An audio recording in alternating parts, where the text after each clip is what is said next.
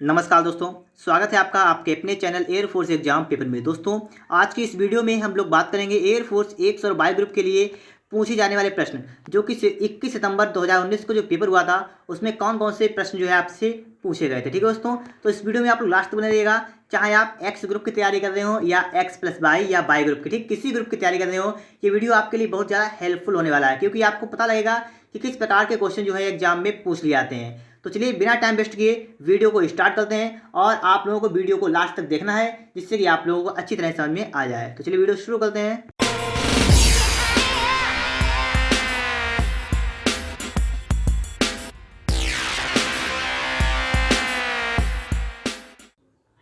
देखिए दोस्तों, क्वेश्चन पूछा गया था कि प्रतिध्वनि के लिए कम से कम दूरी होनी चाहिए, कि प्रतिध्वनि के लिए कम से कम कितनी दूरी होनी चाहिए। 16.6 मीटर इसका आंसर होगा। ये क्वेश्चन जो है एयरफोर्स में पूछा गया था सितंबर माह में। ठीक है, देखिए इसके बाद में नेक्स्ट क्वेश्चन देखिए आप लोग क्या पूछा गया था।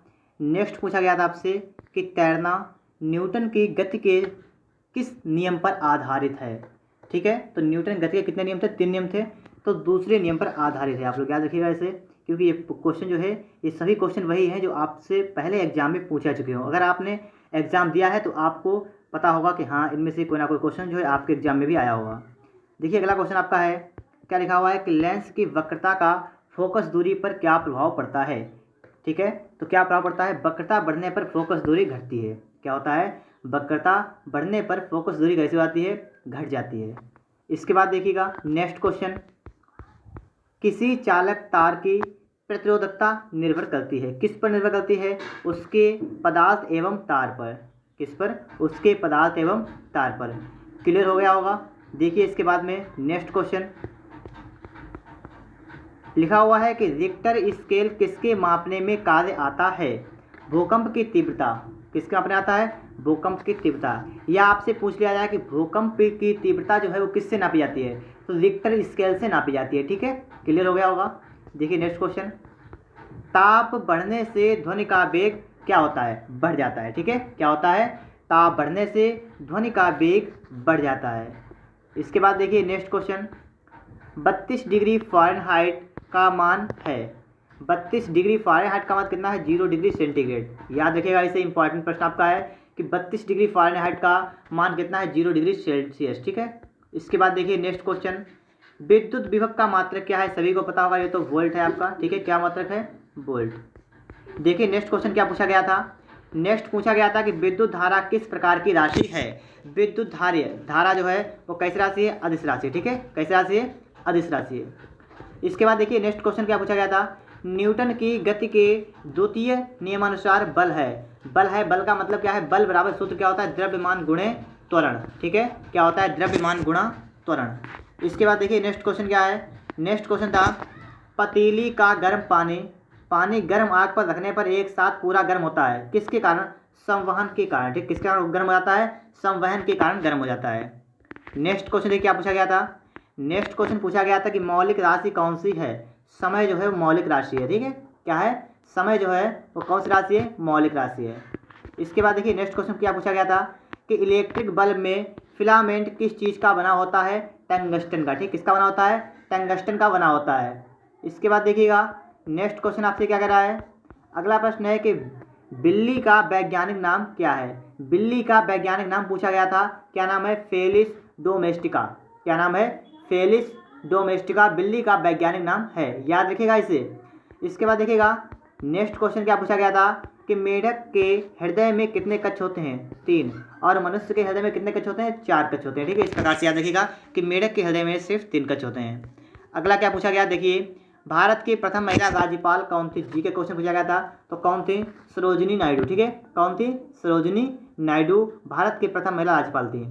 इसके बाद देखिए अगला प्रश्न, विश्व स्वास्थ्य दिवस कब मनाया जाता है? स्वास्थ्य दिवस 7 से स्टार्ट है, तो आप याद रखिए 7 अप्रैल।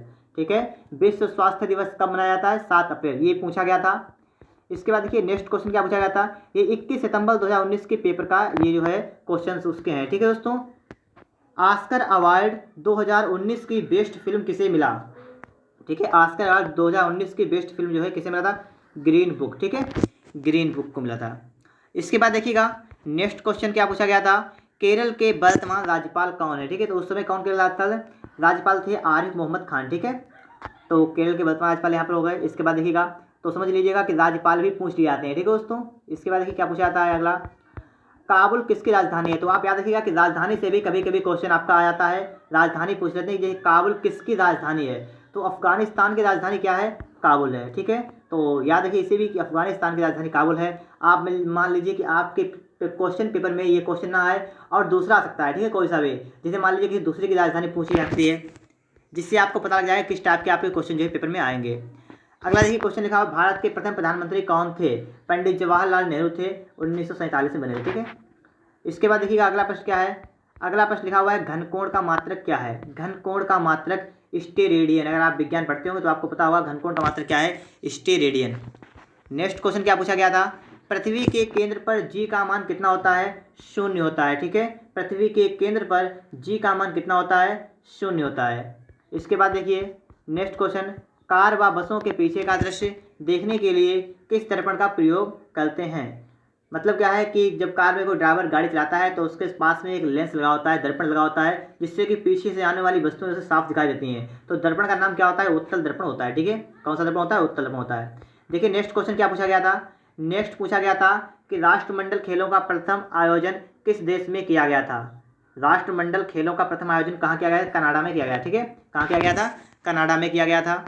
इसके बाद देखिए नेक्स्ट क्वेश्चन क्या कहा गया, शहीद दिवस कब मनाया जाता है? शहीद दिवस पूछा गया था कब? 30 जनवरी। तो समझ लीजिएगा कि एक क्वेश्चन दिवस से भी आपका आ जाता है। ठीक है, लेकिन जरूरी नहीं है कि हर पेपर में आ जाए, किसी में आता है किसी में नहीं आता है, क्योंकि प्रतिदिन लगभग 3-4 दिन पेपर चलते हैं और रोज कम से कम 3 शिफ्टें चलती हैं। ठीक है, इसलिए किसी ना किसी में तो आ जाता है दिवस।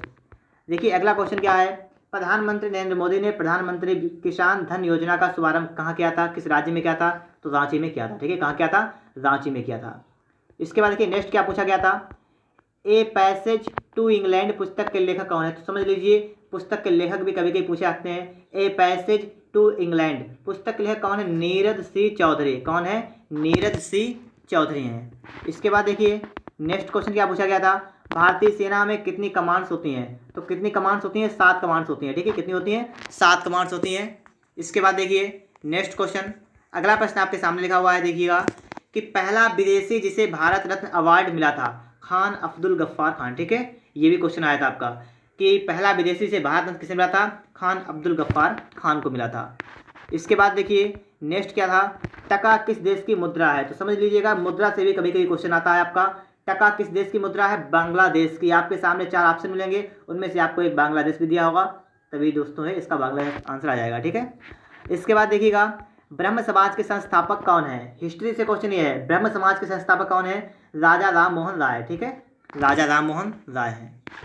नेक्स्ट क्वेश्चन क्या पूछा गया था, आगा खां कब किस खेल से संबंधित? समझ लीजिए खेल से भी आ गया आपका क्वेश्चन कि आगा खां जो कब जो है वो किस खेल से संबंधित है? हॉकी से संबंधित। ठीक है, इसके बाद देखिए अगला नेक्स्ट क्वेश्चन, देखिए मुख्यमंत्री से आया है, गुजरात के मुख्यमंत्री कौन है? तो समझ लीजिए आपको प्रत्येक राज्य के मुख्यमंत्री याद हो और प्रत्येक राज्य के राज्यपाल भी आपको याद होने चाहिए। ठीक है, जिससे कि आपको पेपर में कोई समस्या नहीं होगी। तो गुजरात के मुख्यमंत्री पूछे गए थे, तो सितंबर 2019 का क्वेश्चन ही वाला कौन थे? विजय रूपाणी। ठीक है, इसके बाद देखिए नेक्स्ट क्वेश्चन क्या है, विद्युत विभव का मात्रक क्या है? आप सभी को पता होगा विद्युत विभव का मात्रक क्या है? वोल्ट है। ठीक है, अगला प्रश्न देखिए, राउरकेला स्टील प्लांट कहाँ पर स्थित है? राउरकेला स्टील प्लांट कहाँ पर है? उड़ीसा में है। ठीक है, कहाँ पर है? उड़ीसा में है। इसके बाद देखिए नेक्स्ट क्वेश्चन क्या पूछा गया था, झारखंड का राजकीय फूल पूछा गया था। झारखंड का राजकीय फूल क्या है? पलाश। ठीक है, क्या है? पलाश। इसके बाद क्या पूछा गया था, मानव शरीर में तापमान नियंत्रण कौन सी ग्रंथि करती है? कौन सी ग्रंथि ऐसी है जो तापमान को नियंत्रण करती है? उसका नाम क्या है? हाइपोथैलेमस। ठीक है, हाइपोथैलेमस ग्रंथि जो है वो तापमान को नियंत्रण करती है। ठीक है, इसके बाद देखिए अगला प्रश्न क्या पूछा गया था, बल की इकाई क्या है? बहुत सिंपल क्वेश्चन था, बल की इकाई मतलब बल का मात्रक न्यूटन होता है। ठीक है, क्या होता है? न्यूटन। नेक्स्ट क्वेश्चन देखिए, लाल ग्रह के रूप में कौन सा ग्रह जाना जाता है? लाल ग्रह, लाल ग्रह के रूप में किसे कहते हैं? मतलब मंगल ग्रह जो है उसे कहते हैं लाल ग्रह। इसके बाद देखिए नेक्स्ट क्वेश्चन क्या है, एक धावक 200 मीटर की रेस 24 सेकेंड में पूरी करता है, उसकी गति किलोमीटर प्रति घंटा बताइए। तो देखिए ये आपका मैथ का क्वेश्चन आ गया है कि 200 मीटर की रेस, ये पूछा गया था क्वेश्चन, 200 मीटर की रेस 24 सेकंड में पूरी करता है। तो आपको उसकी गति किलोमीटर प्रति घंटा में। तो देखिए पहले इसकी चाल निकालेंगे, चाल बराबर 2 लीटर समय, तो 200/24 ये हो जाएगा मीटर प्रति सेकेंड। समझ रहे हैं आप लोग बात को। इसे चेंज किलोमीटर प्रति घंटा में, तो 18/5 से गुणा कर देंगे। अब आपका निकल के आ जाएगा। इसे काटेंगे, देखिए 6 चौक 24, ये हो गया 6 3 18। देखिए ये 5 से काटिए, 5 1 5, 5 चक्को 20 हो गया 40। इसके देखिए 4 1 4, 4/40, तो कितना निकल गया आपका, आ गया 30। तो इसका मतलब स्पीड गति कितनी होगी, 30 किलोमीटर प्रति घंटा।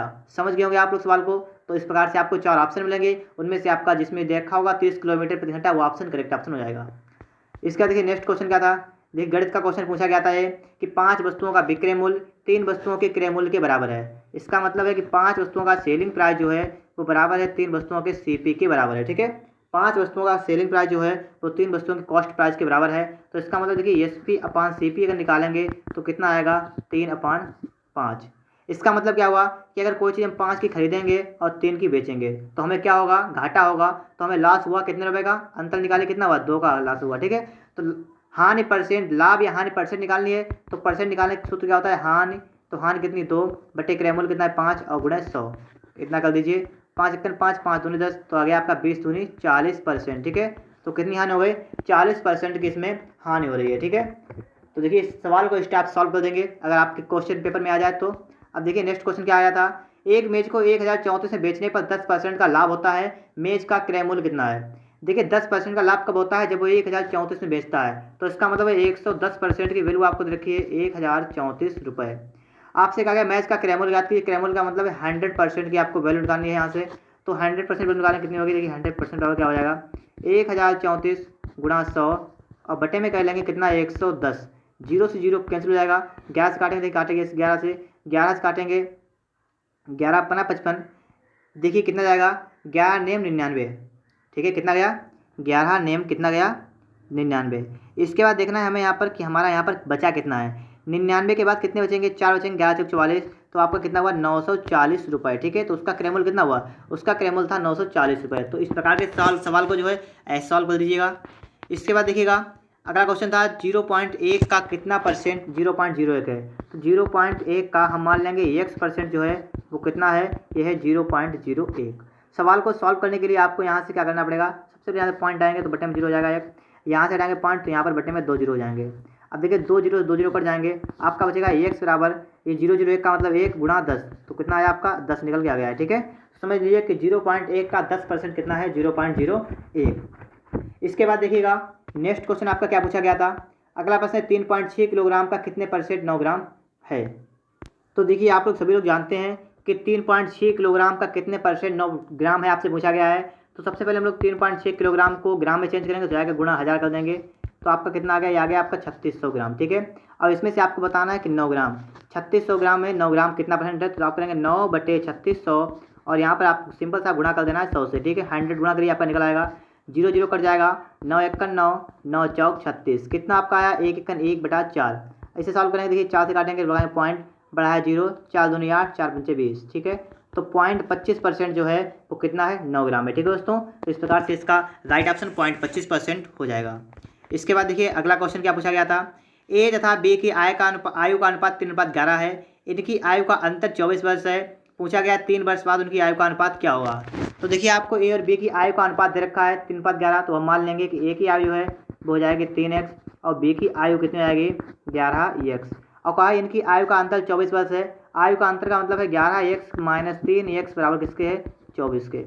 सॉल्व करिएगा, 8x बराबर कितना होगा 24, 8 से काटेंगे तो x बराबर 8 या 24, x की वैल्यू 24 आ गई है। अब वर्तमान आयु निकालिएगा, तो ए की वर्तमान आयु कितनी हो जाएगी 3 3 9 वर्ष और बी की कितनी हो जाएगी, बी की हो जाएगी 11 3 33 वर्ष। ठीक है, तो ए और बी की वर्तमान आयु जो है 9 और 33 निकल के आ गई है। पूछा गया 3 वर्ष बाद उनकी आयु का अनुपात, 3 वर्ष बाद का मतलब है इन दोनों में 3 3 जोड़ लीजिएगा, तो 9 3 12 होगा, कामा 12 3 कितना हुआ 36, 33 3 कितना हुआ 36, तो कितनी आ गई 12:36 आएगा। काटेंगे, देखिए 12 1 12, 12 3 36, तो कितना आएगा 1:3 आपका निकल के आ जाएगा। ठीक है दोस्तों, तो आपको इसमें ऑप्शन मिलेगा वहाँ पर, तो आपको 1:3 वाला करेक्ट ऑप्शन कर देना है, टिक लगा देना है उसमें। इसके बाद देखिएगा नेक्स्ट क्वेश्चन क्या था, किस टाइप से आया था आपका, था किसी संख्या का 30% यदि 12.6 हो तो वह संख्या ज्ञात कीजिए। सवाल मैंने पढ़ दिया आपको, तो देखिए इस सवाल को किस प्रकार सॉल्व किया गया। x मान लें संख्या, तो x का 30% कितना है 12.6 आपको बताया है। तो आपको x का मान निकालना है। देखिए 0 से 0 खत्म कर देंगे पहले ही। आपका बचा 12.6 गुणा 100 10 कर दीजिए और बटे में आज क्या करना पड़ेगा 3। देखिए 3 एकम 3 हो जाएगा, 3 चक्को 12 पॉइंट 3 दूनी 6। तो आपका आ गया 4.2 गुणा 10, हल करेंगे हो जाएगा सिर्फ 42। ठीक है, तो समझिए 42 का 30% कितना है, 12.6 है। तो हमारा निकल के आ गया है 42। इसके बाद देखिएगा नेक्स्ट क्वेश्चन लिखा हुआ है कि ए तथा बी की आयु का अनुपात, ये देखिए हो चुका है। ठीक है, अभी हो चुका है। नेक्स्ट क्वेश्चन देखिए पंखा, हवा, बल्ब क्या होगा। अब देखिए इस प्रकार का भी क्वेश्चन आया था एक। ठीक है, जितने क्वेश्चन पता लगे थे उतने मैंने आपको सब इस वीडियो में बता दिए हैं। ठीक है, बकाया क्वेश्चन और भी पूछे गए थे, वो इसमें नहीं बन पाए हैं, कोई बात नहीं, लेकिन आपको इससे पता लग जाएगा कि आपका पेपर किस टाइप से जो है आएगा या पहले आया था। देखिए पंखा हवा लिखा हुआ है, आप समझ गए होंगे कि पंखा हमें क्या आता है। पंखा जिस प्रकार से हवा संबंधित है, मतलब पंखा हमें हवा देता है, उसी प्रकार से बल्ब क्या आता है, बल्ब हमें देता है प्रकाश। ठीक है, क्या आता है, प्रकाश देता है। तो यहाँ पर आपको 4 ऑप्शन मिलेंगे, वहीं से आप प्रकाश को चूज करेंगे। ठीक है, इसके बाद देखिए नेक्स्ट क्वेश्चन क्या है, यदि हॉनेस्टी को आपको लिखा है कि ये लिखा जाए तो उसी भाषा में टोनी को किस प्रकार लिखेंगे। तो देखिए कोई भी आपको बिल्कुल सिंपल आपके सवाल पूछा गया था वाला कि देखिए टी के लिए यहाँ पर कितना है, टी के लिए डी है, तो यहाँ देखिए टी के लिए हम क्या करेंगे, डी कर देंगे। फिर हमें देखना ओ देखिए नंबर 2 पर है, नंबर 2 पर लिखा है बी, तो ओ के लिए क्या हो जाएगा, बी हो जाएगा। इसके बाद देखिए क्या है एन, और एन के लिए देखिए नंबर 3 पर है, नंबर 3 पर सी लिखा है, तो एन के लिए हो जाएगा सी। और बाई की बात की तो बाई बिल्कुल लास्ट में है, और लास्ट वाले लास्ट में जाएगा क्या हो जाएगा, बाई हो जाएगा क्यू। तो निकल के आ गया है आपका डी बी सी क्यू। इसके बाद देखिए नेक्स्ट क्वेश्चन था, यदि ए अनुपात बी 7:9, बी अनुपात सी 5:7, तो ए अनुपात सी कितना होगा। देखिए ए अनुपात बी आपको दे रखा है, कितना रखा है, 7:9। फिर देखिए बी अनुपात सी आपको दे रखा है, कितना रखा है, 5:7। आपसे पूछा गया है कि क्या पूछा गया है, ए अनुपात सी कितना होगा। तो देखिए इसके निकालने के लिए क्या होगा, सबसे पहले हम लोग ए अनुपात बी अनुपात सी निकाल ले रहे हैं। ठीक है, उससे निकाल देंगे। तो निकालेंगे तो देखिए एक बार आपको इसकी गुणा करनी है, 7×35, तो आपका नंबर 1 पैंतीस आएगा। लास्ट वाले कर लेनी है 9×7 = 63। ठीक है, ये समझ लीजिए ए और सी का अनुपात निकला है आपका। ठीक है, ए और सी का निकला है, खाली बी का रह गया है आपका। तो कोई समस्या नहीं, आपसे पूछा गया था ए अनुपात सी, तो ए अनुपात सी निकल के आ गया है। आप काट लीजिएगा, 7 से 7×35 और 7 नियम 63 निकल के आ गया। ए अनुपात सी, ए बी वाला गायब कर दीजिए, बीच वाला गायब कर दीजिए यहाँ पर, तो खाली ए अनुपात सी निकल के आ गया आपका 5:9। ठीक है दोस्तों, तो इस प्रकार से जितने भी क्वेश्चन मुझे मिले मैंने सभी क्वेश्चन आपको सॉल्व करके बता दिए हैं। अगर आपको वीडियो पसंद आया है, आप समझ गए हैं कि क्वेश्चन किस किस प्रकार से आपके लिए आ सकते हैं, तो वीडियो को लाइक करके आप हमारे चैनल को सब्सक्राइब कर सकते हैं, और इससे आपकी तैयारी भी अच्छी तरीके से हमारे चैनल पर हो जाएगी। ठीक है दोस्तों, मिलते हैं नेक्स्ट वीडियो में। वीडियो देखने के लिए आपका बहुत बहुत धन्यवाद।